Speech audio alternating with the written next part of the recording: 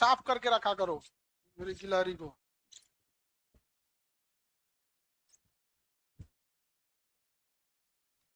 देखिए मुगल वंश के बारे में बताते हैं।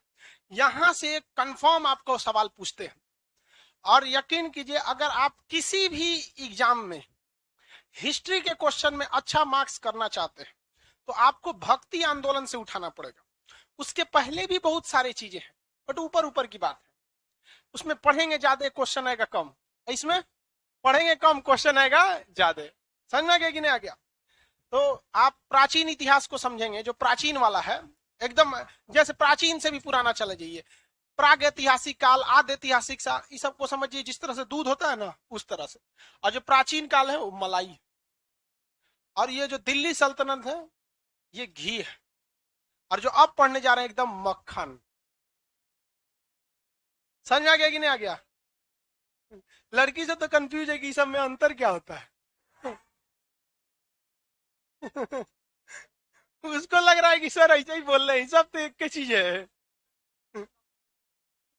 आगे देखिए, मुगल वंश। कौन सा वंश? मुगल वंश। हालांकि इस वंश का नाम चगदाई वंश था। क्या नाम था? चगदाई वंश। हम लोग भले बोलते हैं मुगल वंश, वंश का नाम क्या था? चगदाई। जैसे हमको लोग क्या कहते हैं? खान सर, वो हमको लोग कहते हैं। समझ में आ गई? जैसे मोदी जी, प्रधानमंत्री कौन है? मोदी, बट इवन नाम थोड़ी उनका नरेंद्र दामोदर दास मोदी उनका नाम है, बस मोदी कहेंगे तो लोग जान जाएंगे। वैसे हमरो नाम है, हमको खान सर कहेंगे लोग समझ जाएंगे। समझ में आ गया कि नहीं आ गया? किसी को कोई दिक्कत? उसी तरह मुगल का नाम चगदाई था, और मुगल कहेंगे तो सब लोग समझ जाते। फेमस कौन हो गया? मुगल वंश। आगे देखते हैं हम लोग मुगल की शुरुआत कहां से। ये मुगलों की शुरुआत वहीं से हुई है जहां अभी तालिबान वाला मारधार कर रहा है, वही क्षेत्र है। वो ससुरा शुरू से ही डिस्टर्ब रहा है। समरकंद हो, काबुल हो, जहां पे अभी देख रहे हैं कैसे काबुल पे चढ़ गया सब वहां पर। तो काबुल में अगर आप ध्यान से अगर रियलिटी देखिएगा ना तो सारे लोग नहीं भाग रहे हैं काबुल में। अब कुछ बहुत सारे ऐसे हैं, उन लोग से हम बात होती है कि भैया एक बार हमको एक चीज डाउट हुआ कि 3 करोड़ की आबादी के लोग एक एयरपोर्ट से भाग रहे हैं, कितना जहाज लेके भागेगा इन लोग? नहीं, एक डाउट वाली बात नहीं थी। हम कहे भैया एक बात बताओ, एयरपोर्ट से लोग भाग रहे हैं, 3 करोड़ लोगों को तो जहाज कभी नहीं निकाल पाएगा, तालिबान रहे या ना रहे। 3 करोड़ लोग को जहाज से ढोते रहिएगा। तो कर रहा है कि देखिए भाग इसमें वही रहा है जो यहाँ सरकारी नौकरी कर रहा था, क्योंकि तालिबान वाला मेन उन्हीं को खोज रहा है सब कि अशरफ गनी के साथ सरकारी नौकरी कौन कर रहा। और जो अमेरिका की फौज थी उनको तो पश्तो भाषा आती नहीं थी, अफगानिस्तान की, जो अफगानिस्तान में पश्तो भाषा है, हिंदी टूटी फूटी लोग बोल लेते हैं वहां पे, बट समझ जाते हैं लोग।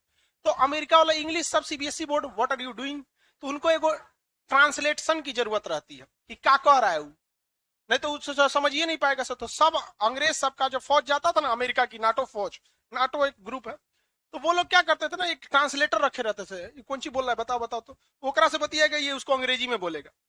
तो जितना ट्रांसलेटर है सब सबको तालिबानिया खोज रहा है सब। इतना ही, जब्बार भाई शहीद हुई है, दाएं जा, मार दे रहा है तुरंत। तो मेनली जो सरकारी नौकरी वाले थे वो भाग रहे हैं, और जो लोग थोड़े बहुत मतलब क्या बताएं उब चुके थे इस सब धार्मिक रूढ़िवादों से छोड़ के, वो लोग भाग रहे हैं, क्योंकि तालिबान आएगा ना तो वहां पतंग उड़ाने वालों को फांसी दे देगा। उस सब का नियम, शतरंज खेलेंगे तो मार डालेगा वो, इसलिए लोग भाग रहे हैं। तो वो एरिया शुरू से ही क्या रहा है? अशांत रहा है। अभी कोई नया कहानी नहीं है। सिकंदर भी जब वहां पहुंचा था ना, तो सिकंदर के वक्त में भी, हालांकि सिकंदर तो 3 महीना में ही उसे जीत लिया था, बहुत ज्यादा लंबा नहीं लगा था, लेकिन फिर भी विद्रोह होते लगा, तो फिर विद्रोह को संभाला, फिर भी जीता, ऐसे करते करते उसको 3 साल लग गया जीतने का। एक बार जीत लिया। अफगानिस्तान को जीतना है या मध्य एशिया को, तो बहुत बड़ा काम नहीं है जीतना, लेकिन उसको जीत कर उसको अपने अंडर रखना सेम वैसे ही है। अफगानिस्तान वाली स्थिति भारत में आपको देखने को मिलती है। बहुत सारे लोग उसकी तुलना देख रहे हैं राजनीति में, वो कह रहे हैं कि ये स्वतंत्रता सेनानी। नहीं भैया, स्वतंत्रता सेनानी तब कहते हैं जब वहां अशरफ गनी की सरकार नहीं रहती, केवल अमेरिका रहता। वो एज ए नक्सलाइट है। जैसे भारत कैसे परेशान है नक्सलियों से, अगर नक्सली दिल्ली घेर ले तो वैसे ही समझिए वहां पर वो नहीं, मतलब वो स्वतंत्रता सेनानी नहीं। तो ये जो एरिया है ना, ये मध्य एशिया है। कौन सा है? मध्य एशिया। यहाँ पर मतलब 15वीं 16वीं शताब्दी, 12वीं से लेकर 15वीं शताब्दी तक मुसलमानों का बहुत बड़ा वर्चस्व रहा जो आज तक है यहां पर। और इस एरिया में ये पूरा कब्जा कर लिया था तैमूर नाम का आदमी। क्या नाम था? तैमूर। तैमूर ने भारत पर आक्रमण भी किया था और खिलजी वंश का क्या कर दिया? नाश करके रख दिया। समझ में आ गया कि नहीं आ गया? तो नाश करके रख दिया तैमूर ले। तो तैमूर सॉरी तुगलक, तुगलक वगैरह के समय में, तो तुगलक जो थे सब ये वगैरह, तो ये सब के वक्त में उधर से बहुत सारे आक्रमण होते थे सब। इधर से मंगोल करते थे, उधर से तैमूर करते थे सब यहाँ पर। तो तैमूर अपने वक्त का मध्य एशिया का बहुत ही खतरनाक शासक था और उसने साम्राज्य बहुत बड़े एरिया तक कब्जा कर लिया था। देखिए ये सब तैमूर वाले हैं। लेकिन हर राजा का एक ना एक अंत होता है। जैसे अशोक का भी साम्राज्य बहुत बड़ा था, बिखरा कि नहीं बिखरा? मुगलों का साम्राज्य बड़ा था, उनका भी बिखरा था।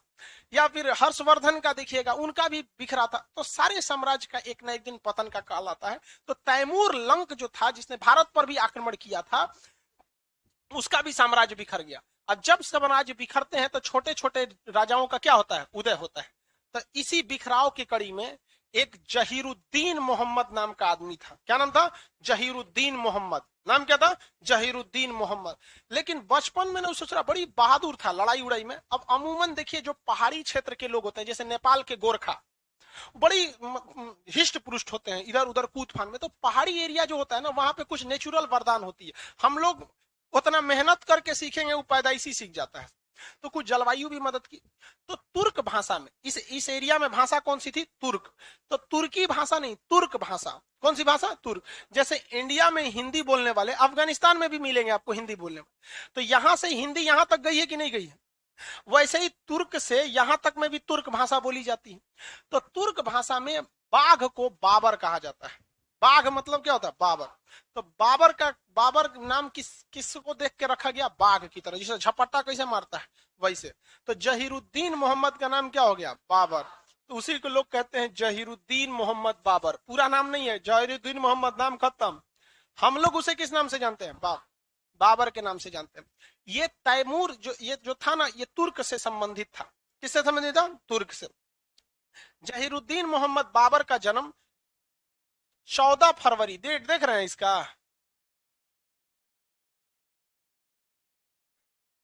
हाँ, सब पता है। 14 फरवरी 1483 को इसका जन्म फरगाना में हुआ। कहां हुआ? फरगाना में। फरगाना, फरगाना अभी उज्बेकिस्तान में। कहां पर है? उज्बेकिस्तान में। फरगाना कहां है? उज्बेकिस्तान। ये रहा आपका कौन सा जगह? काबुल। और काबुल से ये सट के है उज्बेकिस्तान। अभी तालिबान वाला मार रहा है सब ना, तो जो अफगानिस्तान की फौज है वो कहां भाग रही है? उज्बेकिस्तान में। तो उधर से उज्बेकिस्तान मार रहा है, क्या भाग यहाँ से सोच रहा इधर मत आना तुम्हें, तेरे चक्कर में हम ना मराएंगे। तो इसका जन्म उस वक्त फरगाना में हुआ था। अभी वो जगह कहाँ है? उज्बेकिस्तान। इसकी दादी का नाम था कुतलुग निगार खान, नहीं, माता का नाम कुतलुग निगार, और एहसान दौलत बेग इसकी दादी का नाम था। दादी का नाम क्या था? एहसान दौलत। तो दादी की संपत्ति किसे मिल गई? बाबर को। इसके दादी की संपत्ति किसे मिली थी? बाबर को।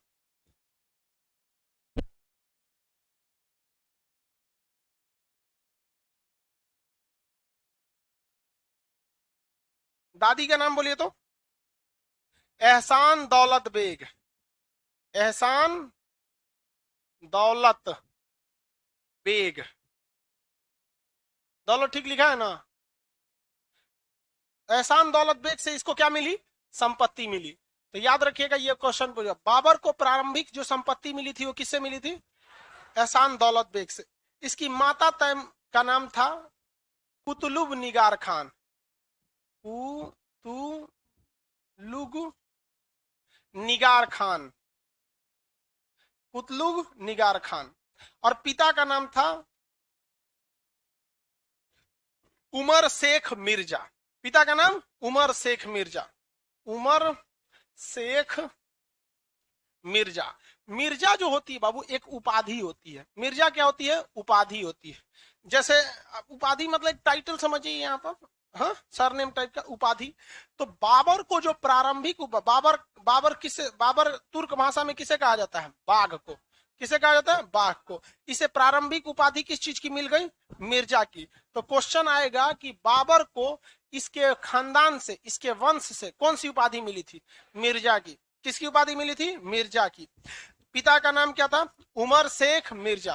पिता का नाम उमर शेख मिर्जा। माता का नाम कुतलुग निगार खान। माता का नाम कुतलुग निगार खान। दादी का नाम एहसान दौलत बेग। दादी का नाम एहसान दौलत बेग। फरगाना में रहने वाला था। अब ये जो वंश चल रहा था उमर शेख मिर्जा वगैरह, ये सारे लोग कोई मेन राजा तो थे नहीं। तैमूर मरा, तैमूर का साम्राज्य बिखर गया। जिसको जो मिला वो हड़प लिया। किसी को काबुल मिला वो काबुल हड़प लिया, किसी को गजनी मिला वो गजनी हड़पा, किसी को फरगाना मिला। तो उसी हिस्सा में फरगाना किसको मिल गया? बाबर के बाबूजी, क्या नाम था? उमर शेख मिर्जा। तो कोई बहुत बड़े तो राजा थे नहीं यहाँ पर, और दादी की कुछ संपत्ति थी वो मिल गया। तो प्रारंभिक जीवन में ये राजा बना कहाँ का? फरगाना का। लेकिन किस्मत ने साथ नहीं दिया। 1494 ईस्वी में, तो उस समय बाबर की उम्र महज 11 साल थी। 1494 में बाबर की उम्र कितनी थी? 11। 83 में जन्म हुआ। 83 से 93 करेंगे तो 10 साल, और 194 11 साल। 11 साल की उम्र में इसके पिताजी का क्या हो गया? जब बाबर 11 साल का था तो 1494 में इसके पिताजी की क्या हो गई? मृत्यु हो गई। महज 11 साल की उम्र में ये राजा बना था। अब सोचिए, हम लोग के यहाँ किसी का मतलब पहले के समय में ये सब सोचा बड़ा जुझारू होता था। अब अकबर भी तो 13 साल की उम्र में राजा बना वहां पर। तो जिसके जीवन में जितने ज्यादा संकट आएगा ना, वो सोच उतना हाथ पैर मारेगा, और जिसके जीवन में संकट नहीं आएगा ना, वो भोदा हो जाएगा वहां पर। तो 11 साल की जब ये उम्र में था, तभी से इसको शौक था कि हम अपने साम्राज्य को क्या करें? बड़ा करें। लेकिन ये इसके साथ हो गया चौपट। ये साम्राज्य विस्तार के क्षेत्र में फरगाना से तो निकला, और अलग अलग एरिया पे क्या सोचा? कब्जा करने के लिए। फरगाना से निकल के ये सोचा हमको क्या करना है? अपना साम्राज्य का विस्तार करना है। इसी क्रम में इसने फरगाना पर यहां से हमला करके समरकंद पर आक्रमण कर दिया। कहां आक्रमण किया? समरकंद पर। तो इसके पास कितने क्षेत्र हो गए? 2। एक इसका फरगाना, दूसरा हो गया समरकंद। अब 2 क्षेत्र जीत गया। कहा कि भाई 2 को अब जब जीतना ही है तो पूरा एरिया ना जीतेंगे। महत्वाकांक्षा बहुत बड़ी चीज थी इसके अंदर, शुरू से था कि हमको क्षेत्रफल क्या रखना है? बड़ा रखना है। ये एक वक्त ऐसा रिस्क लिया था। बाबर भारत में जानते हैं रियल में क्यों आया था? उसको रहने के लिए घर नहीं था। ये रियलिटी है। उसको हर एक साम्राज्य वो हार चुका था, तब वो भारत में आया था। ऐसा मत समझिएगा कि सिकंदर की तरह उसके शौक चढ़ल था, विश्व विजेता ना, पूरा हार गया था। तो शुरुआत में ये राजा कहाँ का? फरगाना का। जीता किसको? समरकंद को। समरकंद को जीतने के बाद ये सोचा काबुल जीते। क्या करें? काबुल जीते। तो ये किधर कूच कर दिया? काबुल की ओर। तो काबुल जैसे जीता तो फरगाना के लोग विद्रोह कर दिए कि सचुरा हम नहीं रहेंगे। जैसे कैसे अमेरिका जैसे हटा, तालिबान कूद गया। देखेंगे नहीं देखें? 20 साल तक अमेरिका ने दबा के रखा, ये बुढ़ऊ आया जो बाइडेन 20 दिन में तबाह कर दिया। तो जैसे हटा तो कैसे विद्रोह कर दिया। तो जब तक फरगाना तो खुद बाबर का था, इसमें कोई डाउट नहीं। लेकिन फरगाना के बाद जैसे ये कहा गया? समरकंद। समरकंद को जीत लिया। समरकंद के लोगों को क्या किया? अपने अधीन रखा। लेकिन समरकंद के बाद जैसे ये कि कहां हमला करने के लिए? काबुल कूच करने के लिए सोचा। तो काबुल को तो जीत लिया, लेकिन विद्रोह कहां खड़ा हो गया? समरकंद में। अब ये काबुल छोड़ के कहां गया? समरकंद पे दोबारा जीतने के लिए। समरकंद को भी हरा ही रहा था कि काबुल हाथ से निकल गया। कहा सोचा छीछा लेदर हो गया यहाँ पर। अब ये सोचा किधर की ओर चले, तो गजनी पर आक्रमण किया। किसके ऊपर? गजनी की ओर। काबुल निकल गया हाथ से, और गजनी पर आक्रमण करने गया। फिर फरगाना में विद्रोह हुआ। फिर लौट के आया, उधर से गजनी निकल गया, उधर से काबुल निकल गया, और यहाँ से यहाँ पे समरकंद। समरकंद भी हाथ से निकल गया। अब कहाँ जाए? फरगाना। फरगाना गया तो लोग पूछ रहे हैं कहाँ? फरगाना भी इसके हाथ से क्या हो गया? निकल गया। छोटा सा क्षेत्र में रह गया, जहां तहां पे कि भाई 2-4 बीघा गांव है, कहीं बच के रहो। बाबर ताबर यहाँ कोई तरह पूछने वाला नहीं है। अब क्या करे यहाँ पर? इस को तो बहुत दिक्कत हो गया बाबर को। तो बाबर ने प्रारंभिक समय पर आक्रमण किए थे, फरगाना पर आक्रमण किया। क्या फरगाना पर उसका अस्थायी अधिकार रह पाया? 8 महीना तक ही रह पाया था। कितना महीना? 8 महीना। फिर कहां गया? काबुल। काबुल के बाद गजनी। लेकिन ये सारे क्षेत्र धीरे धीरे उससे क्या होते गए? निकलते रहे। हम आपको समझाने के लिए बता रहे हैं कि भाई देखिए, आपको टीचर थोड़े बनना है, नौकरी लेना है, तो आप बस इतना कैसे याद रखेंगे आप कि बाबर ने प्रारंभिक समय में फरगाना, काबुल, गजनी पर अधिकार किया, किंतु यह क्षणिक रहा। खत्म कहानी। हम ना आपको समझाने के लिए बता रहे हैं कि देख भैया, पहले फरगाना पर गया, फरगाना से कहां गया? समरकंद। फिर काबुल गया, काबुल में गया तो इधर विद्रोह हो गया, इधर शांत करने गया तो वहां हो गया। तो आप ऐसे याद रखेंगे तो आपको दिमाग में कंफ्यूजन हो जाएगा। सिंपल सी बात, बाबर कहां का था? फरगाना। उसने आक्रमण कहां किया? समरकंद, फिर काबुल, गजनी, इन सब में आपसी विद्रोह होने लगा। इन्हीं को संभालते संभालते इस बीच यहां से बाबर क्या हो गया? हार गया। और उधर विद्रोह कहां हो गया? फरगाना में। बाबर का सब कुछ चल गया। अब बाबर सोचा किधर की ओर देखा जाए, तो उधर खाली पहाड़ था, उधर जीतना क्या था? मुश्किल था। तो वो इस साइड हमला करने के लिए सोचा, इस साइड में, उस समय पाकिस्तान के एरिया में, जो अभी का पाकिस्तान है, तो उस समय तो भारत ही कहलाता था वहां पर। तो वहां पर बाजौर एक जगह है। कौन जगह है? बाजौर। तो 1519 में इसने कहा आक्रमण कर दिया? बाजौर में। और बाबर को राजा न है, तो राजा को रहने के लिए कोनो ना कोनो किला होना चाहिए। हाँ, किला रहना। खेत में कब तक तंबू डाल के रहेगा राजा? जिस तरह देखिए ना, फौज को रहने के लिए बंकर चाहिए, उसकी बिल्डिंग चाहिए। जबकि हमारी फौज गलवान घाटी में कैसे रह रही थी? तंबू डाल के। तो ज्यादा दिन तक तंबू में नहीं ना रह सकते हैं युद्ध के मैदान में। तो इसने कहा आक्रमण किया? बाजौर। बाजौर अभी पाकिस्तान के पास है। पाकिस्तान का जो अभी पंजाब है ना, भारत का जो पंजाब पंजाब देख रहे हैं, उससे थोड़ा ही दूरी पर कौन जगह है? बाजौर। तो भारत उस समय तो भारत ही था, कोई डाउट नहीं है। तो बाबर का भारत में पहला आक्रमण कहां हुआ था? बाजौर में। पानीपत का प्रथम लड़ाई नहीं, कहां हुआ था? बाजौर। अब बाजौर जैसे जीता ना, तो उस क्षेत्र में उसे भेरा नाम का एक जगह मिला, जहां बहुत बड़ा किला था। और उसने कौन से किले को जीत लिया?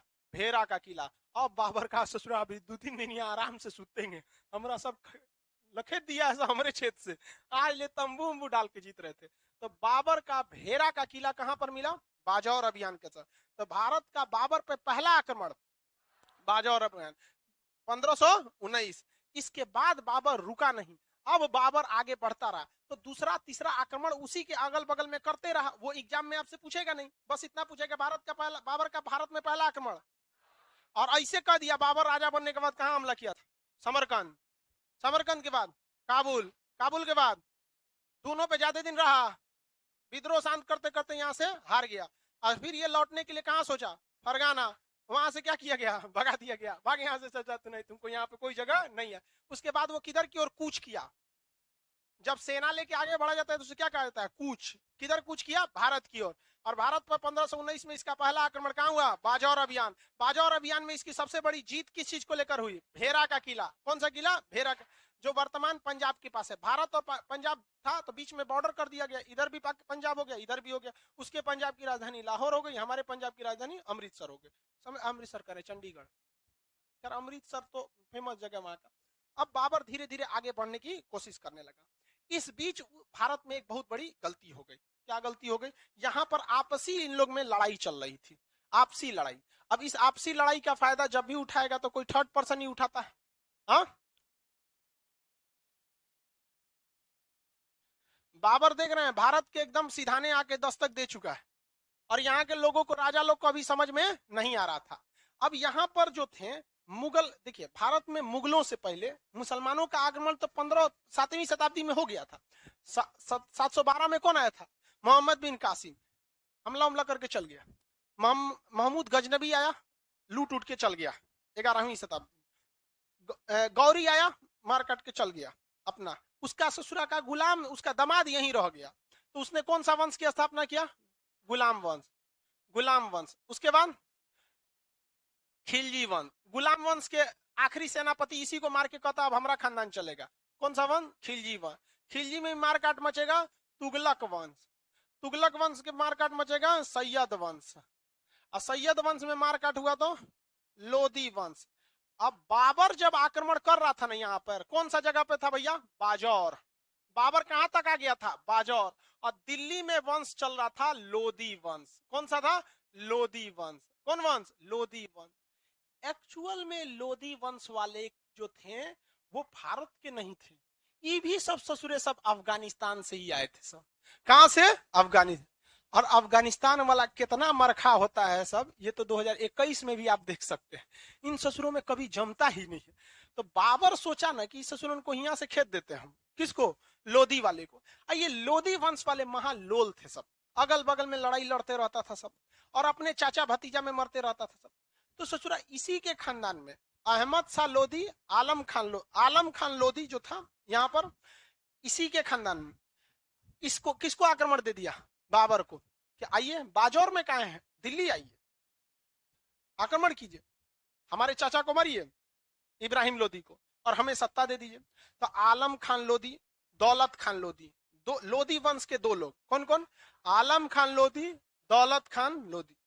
तो ये दो लोगों ने अपने ही राजा इब्राहिम लोधी को मारने के लिए किसे निमंत्रण दिए? बाबर को। लेकिन ध्यान से समझिए, ये लोगों ने कहा कि आप मार दीजिएगा किसको? इब्राहिम लोधी को। यहां लोधी वंश में कौन शासक था? लास्ट शासक इब्राहिम, इब्राहिम लोधी। कौन वंश था? इब्राहिम लोधी। इसको निमंत्रण कौन दे रहा? अरे भाई तुम कहां से आ गया? दो लोग, आलम खान और दौलत,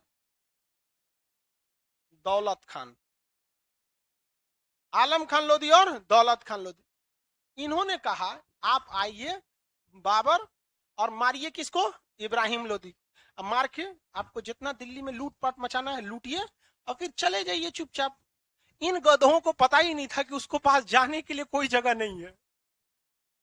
वो सब कुछ हार के आया है। अब दुनिया में इससे खतरनाक इंसान कोई हो ही नहीं सकता जिसके पास खोने के लिए कुछ ना हो। आप देखिएगा, जिसके पास खोने के लिए कुछ नहीं होता है ना, सीधे गरियाएगा। किसी को गरिया देगा? मुख्यमंत्री को कहेगा वो कौन ची कर लेगा हमरा, ओकरा बात का बात है। प्रधानमंत्री को खड़े गरियाएगा, कहेगा मोदी जी के बस का बात, हमरा कुछ कर। ओके, पता है कि उसके पास खोने के लिए कुछ नहीं है। अकाउंट में 10-20 हजार रुपया हो तो नहीं, हम लोग से कोई बोले ना कि मुख्यमंत्री को 4 गो बात बोले, अरे भाई पे ना बोलेगा आदमी। प्रधानमंत्री को नहीं, हम लोग के पास खोने के लिए बहुत कुछ है। हमारा यूट्यूब है, एप्लीकेशन है, क्लास है, अपना प्रॉपर्टी है, इतना वो है। कोनो ना कोनो चीज में वो सरकार घुसा देगी, कोनो ना कोनो चीज। नियम कानून के हिसाब से अगर सरकार बैठ जाए ना, सांस लेना मुश्किल हो जाएगा। इतने नियम कानून होते हैं। मोटरसाइकिल चलाने टाइम जूता होना चाहिए, ग्लव्स होना चाहिए, दुनिया भर का नियम कानून हो। और कुछ नियम कानून नहीं होगा, उठा के डाल देगा जेल में। जाइए, कोरोना गाइडलाइन का उल्लंघन कर रहे थे, देखिए पप्पू यादव के साथ क्या हुआ। हा? क्यों? क्योंकि उनके पास खोने के लिए बहुत कुछ था। नहीं तो कौन नहीं उड़ाया कोरोना में धज्जी नियम कानून का। हम खुदे ट्रक में बैठ के आए थे, और भी जब पूरे भारत में सबसे खतरनाक लॉकडाउन लगा था मई 2020 में। ट्रक में एकदम ड्राइवर थक जाता था ट्रक का, तो हम कहते तू हम चला लेते हैं। कहते चला लेते हैं आप? हम कहा हाँ चला लेते हैं। कैसे मास्टर है तू, ट्रक चला लेता है? हम कहे दिन गिर गया है, ट्रक ड्राइवर वाला हमको कह रहा है कैसन मास्टर है। हम कहे भाई अभी तुम ही है सबसे बड़ा, तुम ही को परमिशन। फिर हम मई में आए थे ना, बोर्ड उखाड़ के घरे ले गए थे, तब ना इसमें पढ़ाने लगे। तो लॉकडाउन में तो आदमी यूट्यूब में पढ़ाया था। तो जिसके पास खोने के लिए कुछ नहीं होता है ना, वो बड़ी खतरनाक आदमी होता है। बाबर के पास खोने के लिए कुछ था। समरकंद गया, काबुल गया, गजनी गया, खुद उसका फरगाना गया, मुश्किल से मिला था बाजौर, उसमें से इसके अब्बू बुला, इसके रिश्तेदार से बुला रहा था आलम खान लोधी, दौलत खान लोधी। बाबरा का है 1 नंबर। आओ ससुरा तोरा बता रहे हैं, मारने के बाद तो तोनिए के मारेंगे सबसे पहले। इसी बीच राजस्थान के राणा सांगा, क्या नाम था? राणा सांगा। इन्हों को दिन खराब, ये कह रहे हैं कि बाबर आओ इसको मारो और इन दोनों को भी मारो, आलम खान लोधी और दौलत खान लोधी, और फिर तुम हमको दे दो ये क्षेत्र, चले जाओ। बाबर का है जी जी हुजूर, हम तो खोजिए रहे थे, रोए के रानी तले अखिए खुदा गई। हाँ अब तो हम यही खोज रहे थे। तो बाबर कहा कि हमको इस एरिया का आइडिया नहीं है, हम तो पहाड़ी एरिया के रहने वाले हैं, आप कुछ हमको गुप्त इंफॉर्मेशन देंगे, यहाँ पानी कहाँ मिलेगा, भोजन कहाँ मिलेगा। ये लोग का टेंशन का लेता है, भोजन खाना पानी हम लोग को नहीं दिन काम आएंगे। इन लोगों ने सारी जानकारी दे दिया इसको। इधर बाबर को आक्रमण करके अनुभव हो ही गया था, पहला आक्रमण किया था 1519 में बाजौर का अभियान, और इसी बीच लगले लगले 3 गो और आक्रमण कर दिया। छोटा छोटा क्षेत्र अगल बगल में क्या कर लिया, जीत लिया। टोटल बाबर को कितने युद्ध की, भारत के क्षेत्र में कितने युद्ध का आक्रमण होंगे? 4। कितने का हो गया? 4। अब बाबर तैयार था कौन युद्ध लड़ने के लिए? 5वां युद्ध लड़ने के लिए। इस 5वें युद्ध में उसको 3-4 चीज मदद कर दिया। इनके खुद के रिश्तेदार दौलत खान लोधी, आलम खान लोधी, राणा सांगा ने भी इन्हें मदद किया, नक्शा रास्ता सब दिखाया। इनकी सेना की कमजोरी बताया कि इनकी सेना जो है, इनका जो सेना में जो घोड़ा है सब, ये घोड़ा सब बहुत तेज आवाज सुनता है सब, तो अपने घुसिया जाता है सब, तो तोप की आवाज नहीं सुनता है सब। बारात में जो घोड़ा जाता है सब ना, उसके घोड़ा जहां बंधाता है उसके मालिक से देखिएगा, बिना बाराते उसके यहाँ ढोलक बजवाता है। जो बारात का घोड़ा रहेगा ना, तो जब बंधा हुआ रहेगा अपने मालिक के घर में, बारात में नहीं, तो बचपने से उसको खूब ढम ढम ढोलक बजाएगा, उसके आगे हारमोनियम पोपो पोपो पोपो बजाते रहेगा, ताकि वो सुनले रहे। ना तो ऐसे ही बिना सुनले रहेगा, दूल्हा को बैठाएंगे सहनाई टो टो टो टो पटक देगा घोड़ा के, रे दूल्हा भाई यहाँ दूल्हा को पटक के फेंक देगा, कहेगा कौन सी हो रहा है। तो उसके पास लाइट जलाया जाता है, ओके टॉर्च जला जला खिया पे से भूख भाग मारा जाता है, ताकि वो डीजे उजे का लाइट देख के ना गांव के 2-4 को भाभी उभी को ले आके अगवा नचवाया जाता है ना, तो उस ऑर्केस्ट्रा देखेगा तो कहेगा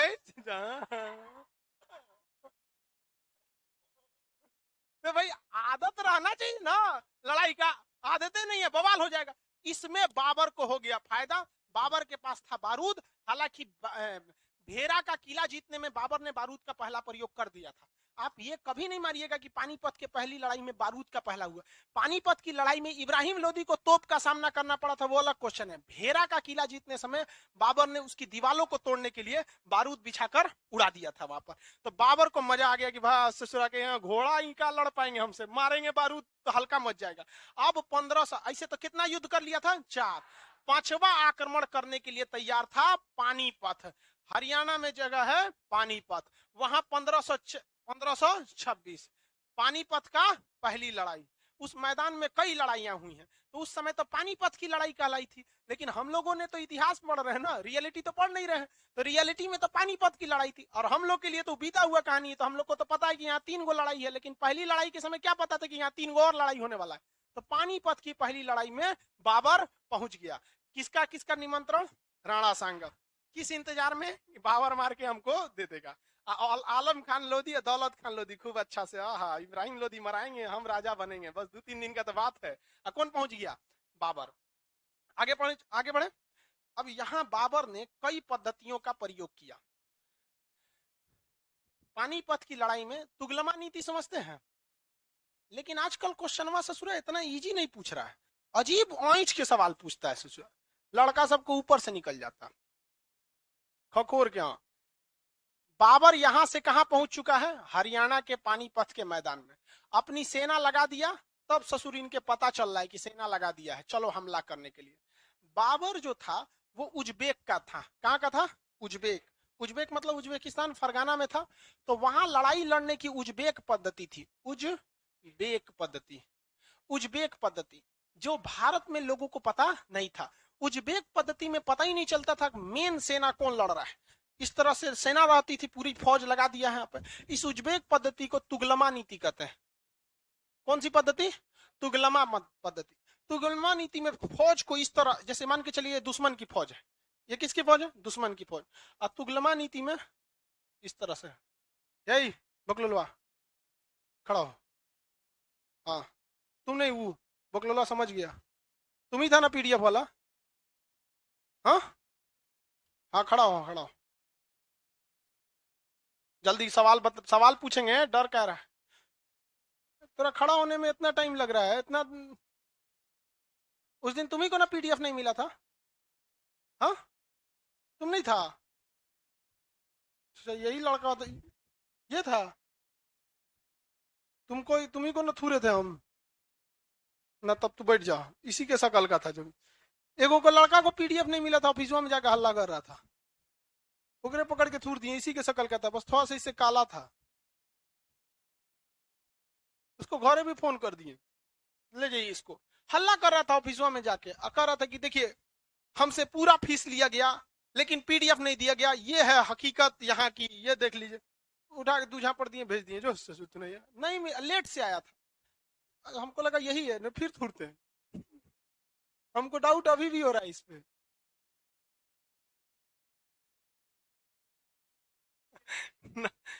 चलो भाई देखो ध्यान से, ये है तुगलमा नीति। कौन सी नीति, तुगलमा। और ये है दुश्मन की फौज।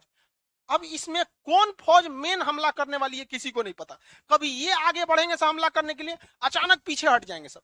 तो जब फौज आगे बढ़ रही है हमला करने के लिए, अचानक पीछे हटेंगी, तो ये लोग इसको मारने के लिए आगे बढ़ेंगे कि नहीं बढ़ेंगे। तब तक ये इधर से घेर के मार देते थे सब। किधर से कौन निकल के मारेगा, एकदम अर्धचंद्राकार पद्धति को क्या कहा गया, तुगलमा नीति। लेकिन इस तुगलमा नीति में सबसे खतरनाक कारगर हो गई रूमी पद्धति। कौन सी पद्धति, रूमी पद्धति। रूमी पद्धति, रूमी पद्धति में क्या था कि यहां पर कैसे बता, यहां पर ऐसे फौज खड़ी है, और यहां पर ऐसी फौज खड़ी है, और ऐसे फौज खड़ी है लाइन से, यहां 50 गो फौज, यहां 50 फौज, ऐसे ऐसे बीच में खाली जगह रहता था, ऐसे खाली जगह रहता था, और इस बीच में तोप लगा दिया जाता था। क्या लगा दिया था, तोप लगा। इसको कहा गया उस्मानिया पद्धति। कौन सी पद्धति, उस्मानिया पद्धति। तो एग्जामों में क्वेश्चन में चौपट मत होके चलिएगा, कहेगा उस्मानिया पद्धति, कहेगा कि बाबर ने फौज को किस पद्धति से बिछाया, बकलोल, तुगलमा नीति से बिछाया था। किससे, तुगलमा नीति। और तोपखाने को किस पद्धति से बिछाया, उस्मानिया पद्धति। दोनों में अंतर होता है। बाबर की युद्ध में फौज किस पद्धति से लड़ी, उज्बेक पद्धति, जिसे हम लोग क्या कहते हैं, तुगलमा नीति, क्योंकि ये पहली बार उज्बेकों ने प्रयोग किया था तुगलमा नीति। लेकिन तोपखाने का प्रयोग उस्मानिया पद्धति। कौन सा, उस्मानिया पद्धति। किसी को कोई दिक्कत है, उस्मानिया पद्धति को क्या कहते हैं, तुगलमा नीति। उस्मानिया पद्धति का ही दूसरा नाम क्या होता है, अरे रूमी पद्धति कहिए या फिर क्या कहिए, अरे उस्मानिया या रूमी दोनों तो वही है ना। हाँ, किसी को कोई दिक्कत, आगे बढ़े। इस पद्धति से इसने किसको घेर लिया, इब्राहिम लोदी को। इब्राहिम लोदी की सेना को यहाँ पे क्या कर लिया, घेर लिया। और इब्राहिम लोदी की सेना में भगदड़ मच गई, तोप चल रहे हैं सब खतरनाक एकदम, तोप हो गया, बारूद हो गया, सेना हो गई। अब इसमें अब इब्राहिम लोदी की तो अपनी सेना खुद ही मिली हुई थी, आलम खान लोदी, दौलत खान लोदी, और इसमें मुस्तफा खान, उस्ताद अली, मुस्तफा खान जैसे दो प्रमुख इसके क्या थे, तोपची थे, तोप चलाने वाले। पहले तोप चलाने वाले के भी टैक्टिस होता था कि तोप का निशाना कैसे लगना चाहिए। बहुत मुश्किल होता है तोप का निशाना लगाना।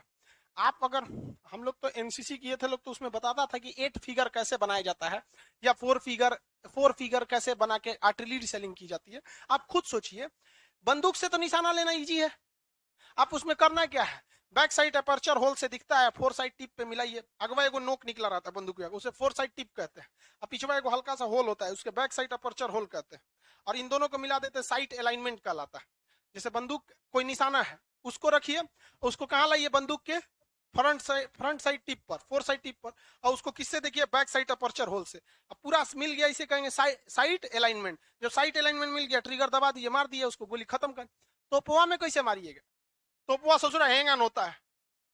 हाँ, आदमी यहाँ खड़ा है, हम लोग चलाएंगे तो सोचो एगो इधर, कभी इधर कभी इधर, तो उसमें एकदम एक्सपीरियंस होना चाहिए। 2 कड़ी दाहिने, 3 कड़ी पीछे, क्योंकि तोप अगर इधर से इधर घसक गया तो भी दिक्कत, इधर उधर निशाना हो सकता है, थोड़ा सा आगे पीछे हो गया तो भी दिक्कत, मुंह ज्यादा ऊपर नीचे हो गया तो भी दिक्कत। तो बहुत बेहतरीन होना चाहिए। मुस्तफा खान इसका सबसे बेहतरीन क्या था, तोपची था, सबसे बेहतरीन तोपची था।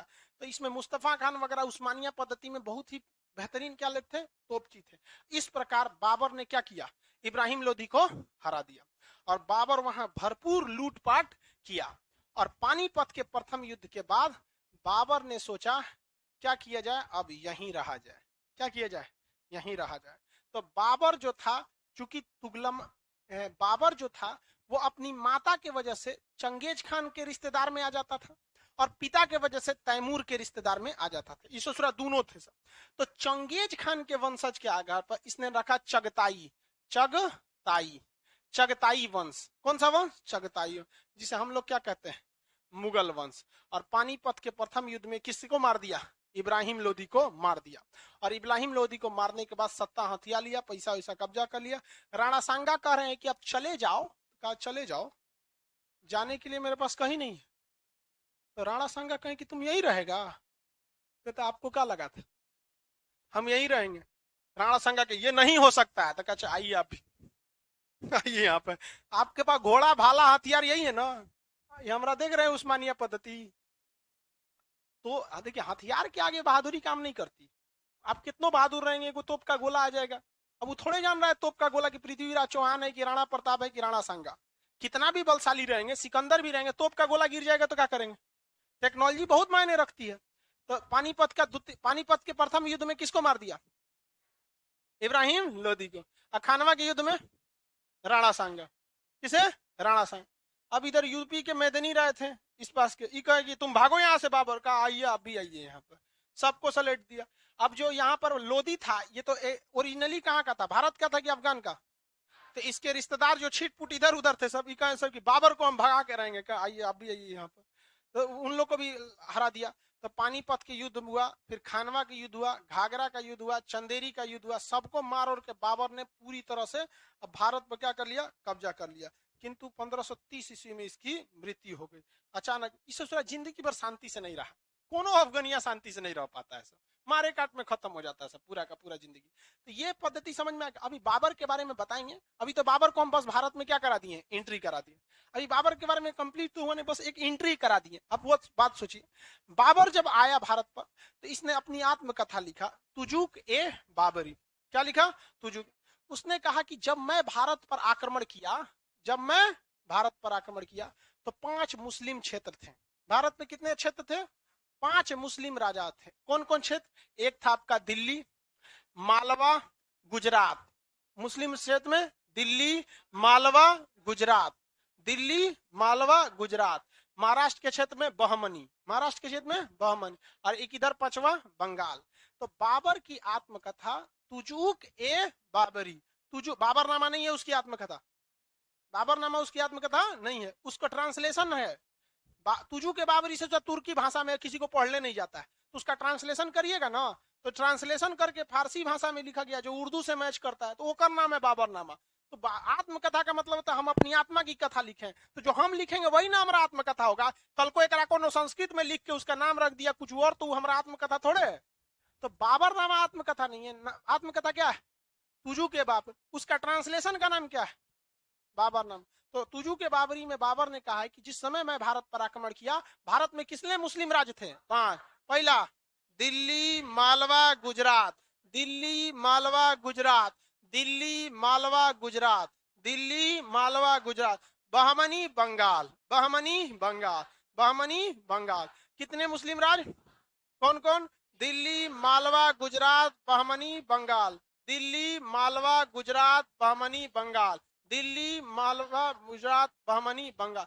और 2 हिंदू राज्य थे। कितने थे, 2 हिंदू राज्य थे। एक का नाम था ये यहाँ पर मेवाड़, राणा सांगा वाला, ये वाला हो गया मेवाड़, और दूसरा था विजयनगर। मेवाड़ और विजयनगर, मेवाड़ और विजयनगर, मेवाड़ तो था विजयनगर। हिंदू साम्राज्य में 2, कौन कौन, मेवाड़ और विजयनगर, मेवाड़ और विजयनगर। इनमें सबसे शक्तिशाली उसने बनाया था विजयनगर को। किसे, विजयनगर को। अब बाबर भारत में तो ज्यादा दिन शासन नहीं कर पाया, एंट्री मारा वहां पर बाजौर के अभियान से 1519 में, और 11 साल यानी 1530 में मर गया। 11 साल ना शासन किया। तो उस समय कोई ना कोई यहाँ का शासक होगा, तो यहाँ था कृष्ण देव राय। क्या नाम था, कृष्ण देव राय। विजयनगर का शासक कौन था, कृष्ण। उसने कहा भी था बाबर ने अपनी आत्मकथा कि मैं जब भारत पर आक्रमण किया तो 5 मुस्लिम राज्य, दिल्ली, मालवा, गुजरात, बहमनी, बंगाल, तथा हिंदू राज्य में 2, मेवाड़ और विजयनगर। इसमें सबसे शक्तिशाली शासक विजयनगर के शासक कृष्णदेवराय थे। कौन थे, कृष्णदेवराय। यहाँ पर हालांकि बाबर तो उधरे मर गया, यहाँ पर कृष्णदेवराय भी धीरे धीरे मर गए। इनके खानदान वाला है सब महालोल था, सब समझ में आ गया। कृष्णदेवराय बहुत महान शासक थे, लेकिन उनका बेटा वोटा सब लोल था, सब समझ में आया। तो महान साम्राज्य को बचाने के लिए भी महान आदमी होना चाहिए कि नहीं होना। तो बाबर की हमने क्या करा दिया, एंट्री करा दी। बाबर के बारे में हम कंप्लीट पढ़ाए तो है नहीं, हम क्या करा दिए उसका एंट्री। बाबर का जन्म कब हुआ, 14 फरवरी 1483, उज्बेकिस्तान, उस समय का नाम फरगाना। इसके दादी का नाम एहसान दौलत बेग, दादी का नाम एहसान दौलत बेग। ऐसे लिख देंगे तो देख के बताएगा सब, अब यही देखते रहे सब, जब ई वाला आएगा तो वो वाला लगा देंगे। दादी का नाम एहसान दौलत बेग, माता का नाम कुतलुग निगार खान। किस वंश से तुलना रखती थी, चंगेज खान। जबकि बाबूजी का नाम उमर शेख मिर्जा। किससे तुलना रखते थे, किसे, मंगोलों से, मंगोल तैमूर से। मुगलों, बाबर को जो क्षेत्र मिला था, यानी बाबर के जो बाबूजी थे, ये किसके टूटे हुए साम्राज्य के हिस्सा थे, तैमूर के। किसके, तैमूर के। बाबर को खानदानी उपाधि क्या मिली थी, मिर्जा। बाबर के पिताजी उमर शेख मिर्जा की मृत्यु किस वर्ष हो गई, 1494। उस समय बाबर की उम्र 11 साल। कितने उम्र थी, 11 साल। 11 साल के। क्या बाबर विस्तारवादी था, विस्तार मतलब क्षेत्र विस्तार करना, अपना साम्राज्य बढ़ा करना, तो इसी को साम्राज्यवादी कहिए या विस्तारवादी कहिए, विस्तारवादी था। महत्वाकांक्षी मतलब जो महत्वपूर्ण जगह है उसको कब्जा कर लो, उसे क्या कहते हैं, महत्वाकांक्षी। क्या बाबर महत्वाकांक्षी था, विस्तारवादी, साम्राज्यवादी। बाबर ने आक्रमण कहां किया राजा बनने के बाद, समरकंद। कहां किया, समरकंद। समरकंद के बाद काबुल, के बाद गजनी। धीरे धीरे यहाँ पर क्या हुआ, विद्रोह होते रहा। इस विद्रोह को शांत करते रहा गया बाबर, लेकिन शांत नहीं हुआ। ये सारे क्षेत्र किससे चले गए, बाबर से। और साथ ही बाबर का उसके दादी के जगह से मिला हुआ फरगाना भी चला गया। अब बाबर किधर की ओर कूच किया, भारत की ओर। और 1519 में भारत पर बाबर का पहला आक्रमण, बाजौर। कौन सा, बाजौर। बाजौर में उसे क्या दिख गया, भेरा का किला। भेरा के किला की दीवारों को गिराने के लिए किसका प्रयोग किया, बारूद का। भेरा के किला जीतने के बाद बाबर को एक अस्थायी जगह मिल गया। इसके बाद बाबर ने 4 और छोटे छोटे आक्रमण किए। भारत पर, दिल्ली पर आक्रमण करने के लिए इसे 3 जगह से प्रेरणा मिली। कौन कौन, आलम खान लोधी, दौलत खान लोधी, राणा सांगा। और इन लोगों ने निमंत्रण दिया किस युद्ध के लिए, 1526 के पानीपत के प्रथम युद्ध के लिए। पानीपत के प्रथम युद्ध के लिए किसी को कोई दिक्कत नहीं है, किसके लिए, पानीपत के प्रथम युद्ध। पानीपत का प्रथम युद्ध हरियाणा के कहा हुआ था, पानीपत। बाबर का युद्ध किससे हुआ, लोधी वंश के शासक इब्राहिम लोधी से। इब्राहिम लोधी, इसमें जीता कौन, बाबर। हारा कौन, युद्ध में उसे क्या कर दिया गया, मार दिया गया। इस युद्ध में बाबर अपनी सेना को किस पद्धति से बिछाया था, उज्बेक पद्धति। कौन सी पद्धति, उज्बेक, जिसका दूसरा नाम तुगलमा नीति। दूसरा नाम तुगलमा नीति, दूसरा नाम।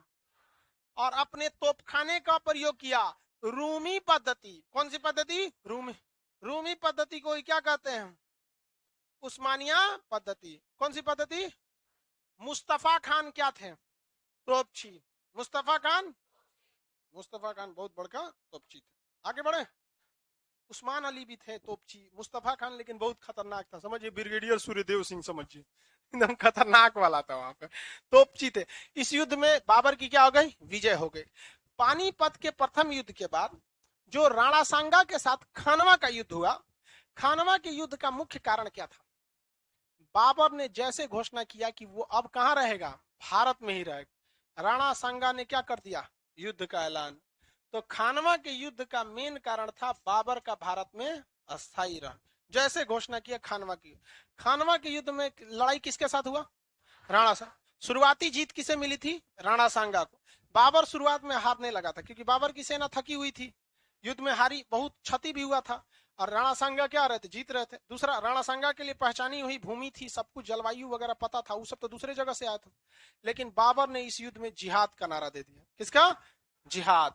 जिहाद मतलब होता है धर्म युद्ध। क्या हो जाता है, धर्म युद्ध। और धर्म युद्ध में लोगों को न सच्चाई दिखती है, न गलती दिखती है, न कुछ, सनक चढ़ जाता है, मारेंगे तो मारेंगे। जिसको दंगा फसाद में देखते हैं, हमारा धर्म अच्छा, मासूम को मार डालो। देखिए कश्मीर में कश्मीरी पंडित गया, गुजरात में वहां गए, सिख दंगों में 84 में गए, मिला क्या, कुछ नहीं। किसी को कुर्सी मिली, किसी को पद मिला, कोई मंत्री बना, मरा तो एक आम आदमी मरा। तो ये बड़े बड़े राजाओं को पता होता है कि आम जनता की इमोशन को कैसे खेला जाता है। बाबर हार गया रहता अगर वहां पर मुसलमानों को ये नहीं कहा रहता कि अगर इस युद्ध में हारोगे तो हिंदुस्तान से मुसलमान हमेशा के लिए खत्म हो जाएंगे, तुम्हें अपने इस्लाम बचाने के लिए लड़ना होगा, जिहाद करना होगा। उसके सैनिक ससुरा भूखल प्यासल लड़ गया, सब राणा सांगा को मार उड़ दिया। सब यहाँ पर तालिबान ने क्या किया, यही तो किया कि अशरफ गनी रहेंगे तो मुसलमान बदनाम हो जाएंगे। हाँ, तालिबान की वजह से तो मुसलमानों का बहुत नाम हो रहा है। आप खुद से सोच के देखिए, लोग, आप बताइए, लोग अजीब मेंटेलिटी हो जाती है। और भारत के मुसलमानों को भी लोग उसी यो सोचा तालिबानी हो, बदनामी हो रही है कि नहीं हो रही। तुम सोच रहा हो नौटंकी करेगा, अब वो लेकिन जीता क्या कह के है, हम आएंगे तो इस्लाम का नाम होगा। और वहां के लोग भी देख रहे हैं, सोच रहा बिना ट्रेनिंग लिए अमेरिका, रूस, अशरफ गनी की 3 लाख सेना सबको हरा दिया सब। तो जिहाद में बहुत बड़का दम होता है। जिहाद में दम नहीं यार, धार्मिक मामले में बड़ी क्या होता है, लोग अंधे हो जाते हैं। तो पानीपत का प्रथम युद्ध बाबर ने जीता था अपने तोपों के वजह से, जबकि खानवा का युद्ध बाबर ने जीता जिहाद के वजह से। समझा क्या, वरना राणा सांगा तो लपेट दिए रहते, क्योंकि राजस्थान में बालू वाला एरिया होता है, सब तोप धंस जाएगा, तोप भारी भारी होता है, टैंक तो है नहीं वहां पे, धंस गया उसका तोप, घोड़ा सब सोच उन सब मिर्गी उपट गया गर्मी में लेकिन सोचा बाबर क्या हो गया, जीत गया। अब उसके बाद आगे बाबर का आगे का क्लास कल समझा जाएगा। आज के लिए इतना ही।